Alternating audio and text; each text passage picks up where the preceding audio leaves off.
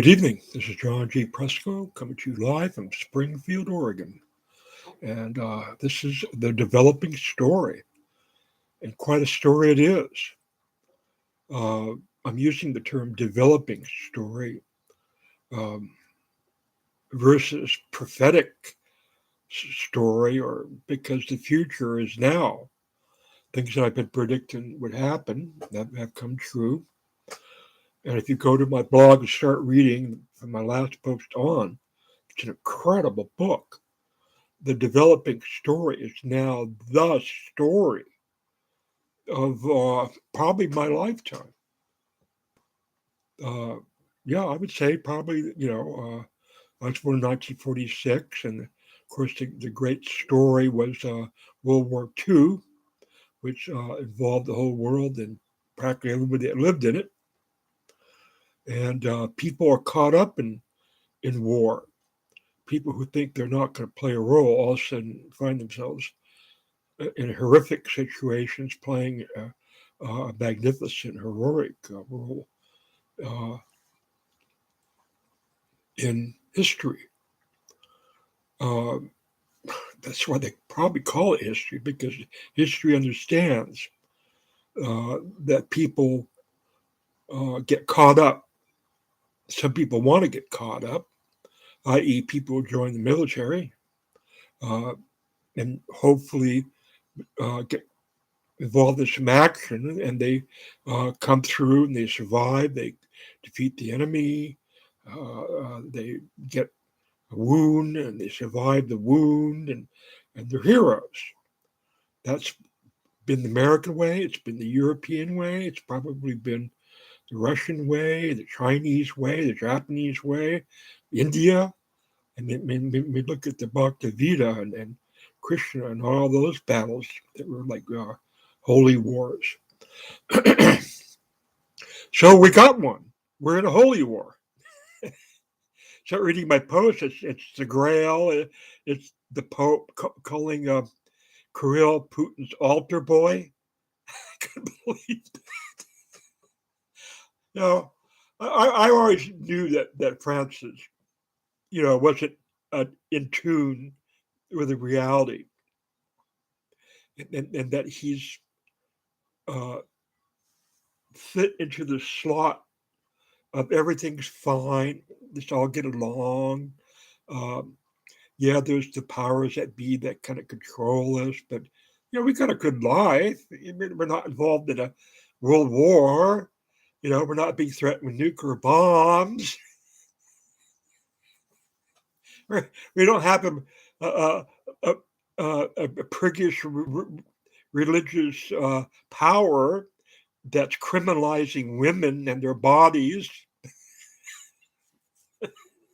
All those things that we didn't have, that Francis was the perfect pope, for that time, that age, but it's over. And he's going, I talked to the guy for 40 minutes. I didn't understand a word he said. Huh? Huh? What? Eh?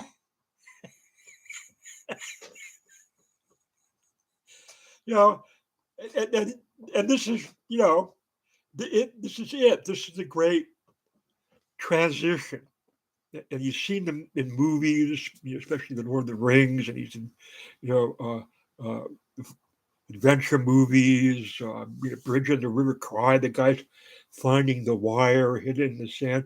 There's these moments that great directors, and it's the pivotal moment, and they're often very powerful because up until then, people are kind of predictable. They're falling into place. They do this and that, causing this and that to happen. But yeah, we can live with this. We can live with that. You know, but all of a sudden, this colonel doesn't want his bridge blown.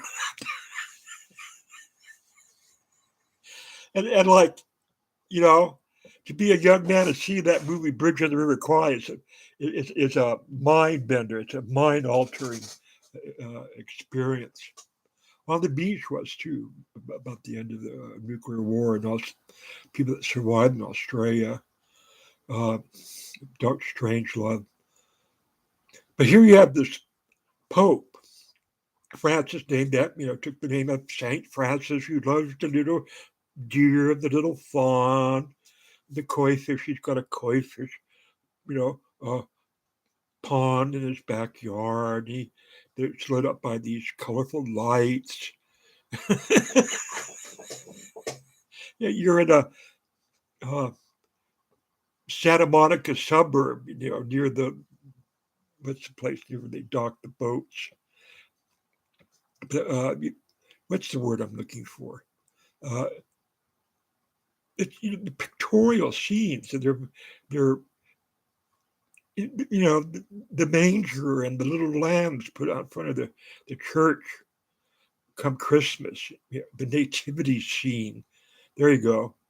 It's like Pope Francis says, well, okay, I know what my job is. I'm the Catholic uh, vicar of Christ that makes the nativity scene work and the Easter service work. And he's talking to Caribble, who's explaining this. God, I gotta keep my notes. I'm trying to clear my notes off. But that guy Evelyn or something, the guy that's into the satanic uh, uh, Grail stuff and dark Nazi stuff, and he's been influencing Putin's brain. I forget that guy's name, and he's apparently influenced Putin and Kirill. And Pope Francis, like, okay, I'll get involved in this war. It's pretty terrible. A lot of women and children are dying. Whole cities are being laid to waste. There's people captured and trapped and starving to death. So I better give old Putin a call, right? But Putin, Kirill, you handle this one, Kirill. Yeah, I got it. My Putin man, Nicholas, I love you. Hello, this is Pope Francis. I was wondering if you guys can knock it off. Well, Mr. Francis, let me tell you what's going on here and why we had a right to invade the Ukraine. And he goes off on some of the things I posted on, right? These really convoluted, really strange, dark philosophies that were existing before World War II, and these dark, satanic cult Nazi people things that were that part of the world, Russia and Ukraine and stuff. And so Kirill's telling him, takes him, the Pope, to the dark side on the phone or whatever, the Skype.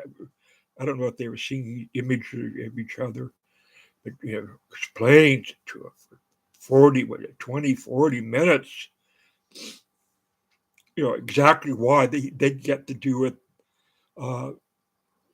They did, and why they get to do more of what they did. It's ordained as part of this really intricate philosophy that's now the core philosophy of Russia and Putin, the supreme leader of Russia. What?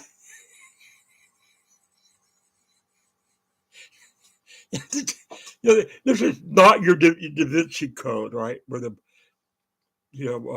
Opus Dei and the Pope, they're really hip to all the stuff that's down there in the tombs and their archives and the dark secrets. He never goes down there. You just want to know what's dark, weird stuff down there. That all that stuff that the Catholic Church has captured by torturing and inquisitions and torturing heretics and getting all this, including the Knights Templars. They got their torture shit down there. Francis, he didn't care. He's not interested in that. He's got keeping the colored lights on the statues of St. Francis all over the world, right? You got little a fountain with a little electric uh, pump that rotates the water as long as you can hear the water trickle down, and the colored lights, and Francis holding little sheep. That's his job. See? And I swear to God, people have called me mad, but now I'm probably the sanest person on the planet because I really get it. I've been getting it. I've been trying to tell you what's coming, and so, no, that's just too incredible. See, that's what they call it. But here's what's coming. And there's nothing you can do about it, Mister Pope, man. no, you know, How about if I call you Putin's altar boy? Well, you go ahead and just do what you want. Boom, hangs up on him. And he doesn't get through to Putin. So Franklin Graham celebrates today the coming appeal of Roe versus Wade. He said, my long prayers have been answered. My long prayers have been answered. And I go, whoa, wow, he's been praying that this judicial branch of our government gets involved in this lunatic religion, and the reasons why that they used abortion as a political tool to empower the evangelical religion, and he wants to celebrate that. It's unbelievable that he did that. He pretty much says, I don't give a shit about separation church and state. And Kirill's pretty much saying the same thing. We don't give a shit about separation church and state. What are you belly aching about, Francis? What do you? Well, we shouldn't get involved in politics. He says, they got called. We should be tending to the words and teaching of Jesus. I get it. That's why people are leaving the Catholic Church in droves, because most people in the world want to be involved in politics and have Jesus backing them up. See, they don't want to be on equal political, level with their opposing parties. Or candidates. They say, "Well, we got Jesus in back of us." Oh my God, I don't stand a chance. Well, how do you know you got Jesus in back of you? Because Jesus is against abortion and you're not. You're for abortion. Oh my God, you got me there. God darn. Well, they just blew that out. They just shot their wad. They don't have that game anymore. It's over. Over. Because they won. And how did they win? And they won. They made Kirill's and Putin's point, and those dark guys are back them. Yeah, we're against gay marriages too. That's why I invaded Ukraine. Thanks a lot for backing us up, Franklin Graham. And then the Pope comes out on Putin's side. Says, well, if NATO hadn't been screwing around on the border, Putin and they had to do something. Idiot. He's an idiot. So I actually, at that time, offered the help of the Rougemont Knights Templars to help them understand the dark ones, Kirill. I don't know if I should write him a personal message just for the record. But he doesn't get it. And Franklin Graham doesn't get it. And Kirill and Putin don't get it. Amazon, I think, got it. They said they're going to give $4,000 pre-loan to all their employees so they can travel anywhere they want to, uh, frankly, to get an abortion. And he's doing that before Roe versus Wade is repealed and the ton of criminalization of women laws come in there. Boom. And all of a sudden, but I don't know how many women there are in America. 51% of the people in America are women. So I don't know, what is that, 15, 16 million? Women are now going to be in jeopardy of being criminalized. That is, there was this landscape that they could tiptoe through the tulips, do pretty much what they want with their minds and their bodies. Now there's this big chasm, this hole opened up in the earth, the pit of hell opened up. And it's like 10 miles from that way and another 10 miles that way. Yeah. And you look down and there's these screaming women trying to claw their way up, the hot boiling side, and devils are pulling them down, by their legs and biting them, sticking arrows up their ass. Oh, this remind you of a Harmonious Bosch painting? Well, my relatives funded all that. The Garden of Earthly Delights and stuff. And that's pretty much what I've been saying, is that these religious people are trying to control the secular world, and they think they got the solution. They say they do, but they really haven't thought it out because they don't want to think it out. All they're trying to do is empower their church, empower their version of Jesus. They want to defeat the enemy, which is non-believers and women. That's it. That's who these people have been feeding on for thousands of years. Women and non-believers, and they're the designated chosen ones, actually, because these religious can't live without them. They've got to convert people. They've got to tell the people they converted that there's people trying to undermine them and destroy their belief and take away their faith. And so you need to, to point them out and say, those are the ones.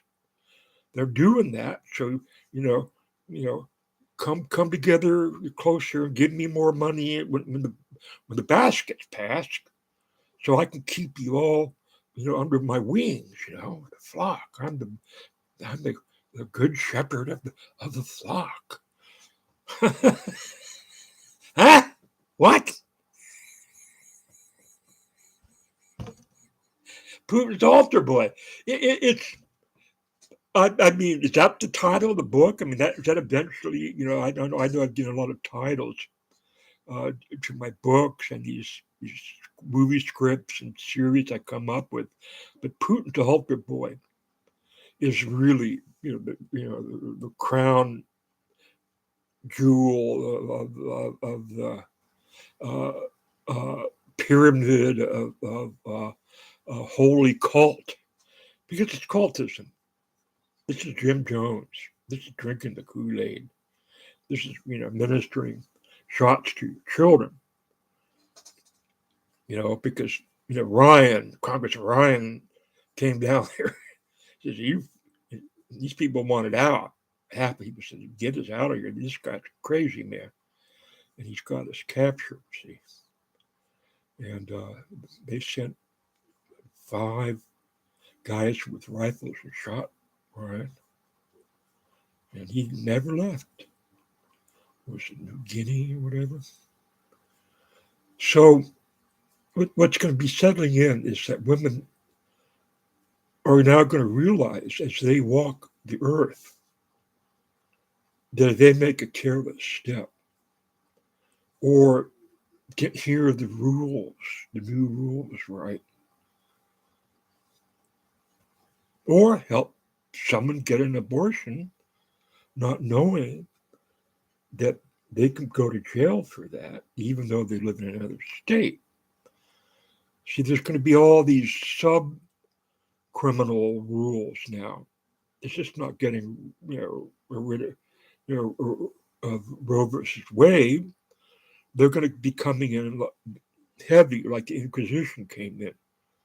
And my ancestor, Gottschalk Rosemont, defended the great Erasmus from the Inquisition in Holland. But eventually, because he did that, he had to prove that he was not a heretic. And he ordered the death of three Protestants. They were strangled to death, and that their blood is on his hand. And he did that to save his own ass. So as this pit of criminalization opens up, and women are now finding themselves to be born sinners or born criminals for the fact that they carry the womb. That's sort of the agreement. Hey, I'm a man, I got the penis, you got the uterus and the womb. We get together, we make kids, hey. See, and then there's this fake criminalization that went on in Eden, about don't eat the apple.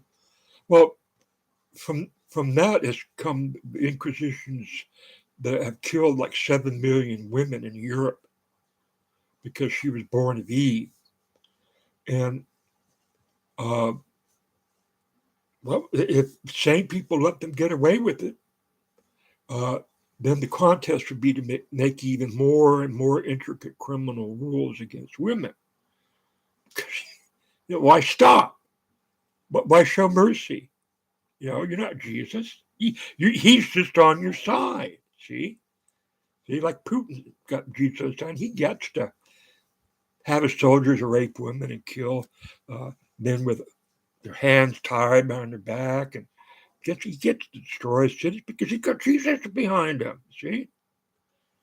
Now, do women as a whole got Jesus behind them?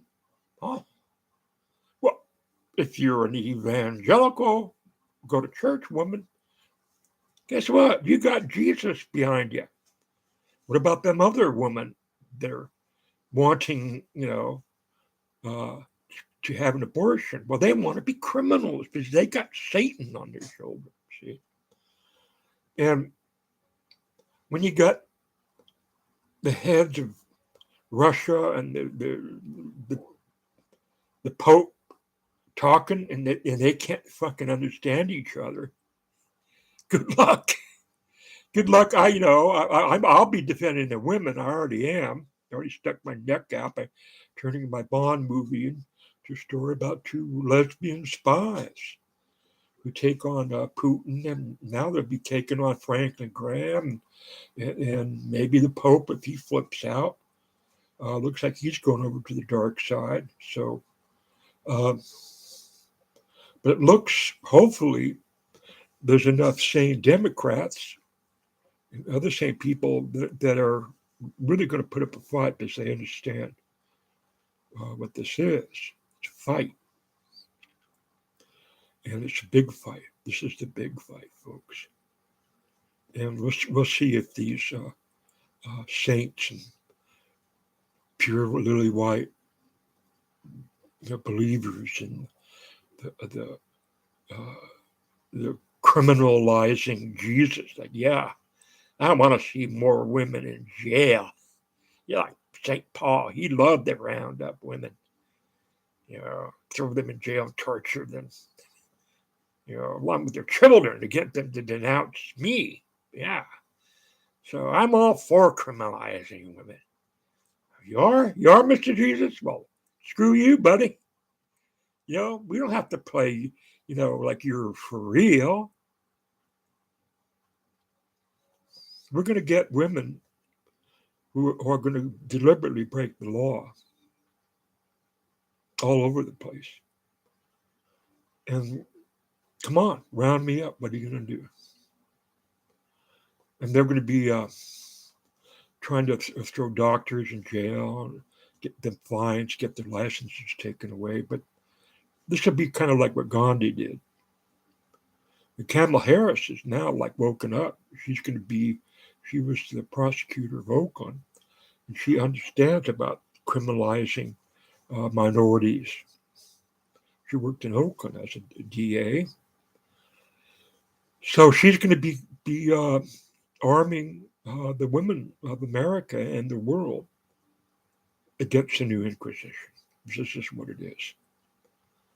Not really, doesn't care, give a rat's ass about unborn children. Not, they never wanted Roe versus Wade to be repealed for the reasons I'm talking about. Because now they're left holding the bloody bag, aren't they? They've criminalized millions and millions and millions of women who've got the right to vote. And people are already saying this might keep the House and Congress in the Democrats' hands. Because more than half the population don't want to be criminalized for nothing. For nothing. They didn't do anything. They didn't do anything. There was no law, against abortion, not for 50 years. So that sets as a legal precedent to decriminalize abortions. But now it says, well, that they're criminalized again. That's back. Well, that's pretty. Can't do it. Can't use the Supreme Court like the church, Franklin Graham and others, evangelical leaders have. Can't do it. And if this, of course, happened to gun owners, see, Second Amendment rights, well, they'd be up in arms, but where are they? They're going to come out in favor of decriminalizing American women. That's the task. There's only one focus. Forget about the sheep and the manger and St. Francis and the little lamb and the koi fish. Forget all that. Half the population of America is going to be solely focused on getting the yoke of criminalization off their back any way they can. You heard of no taxation without representation? Well, no criminalization without just reason. There aren't any. The court already said so. Now it's going to change its mind because they've got pressure from religious leaders that seem to be in the same bed as Kirill and Putin and those strange, dark men in back of them. Huh? What? Why can't it see Putin? Why can't it put him on? Put old Pootie on. I don't get a word you're trying to say to me.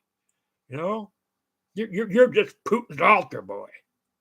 What? Hello? That son of a bitch hang up on me. Darn.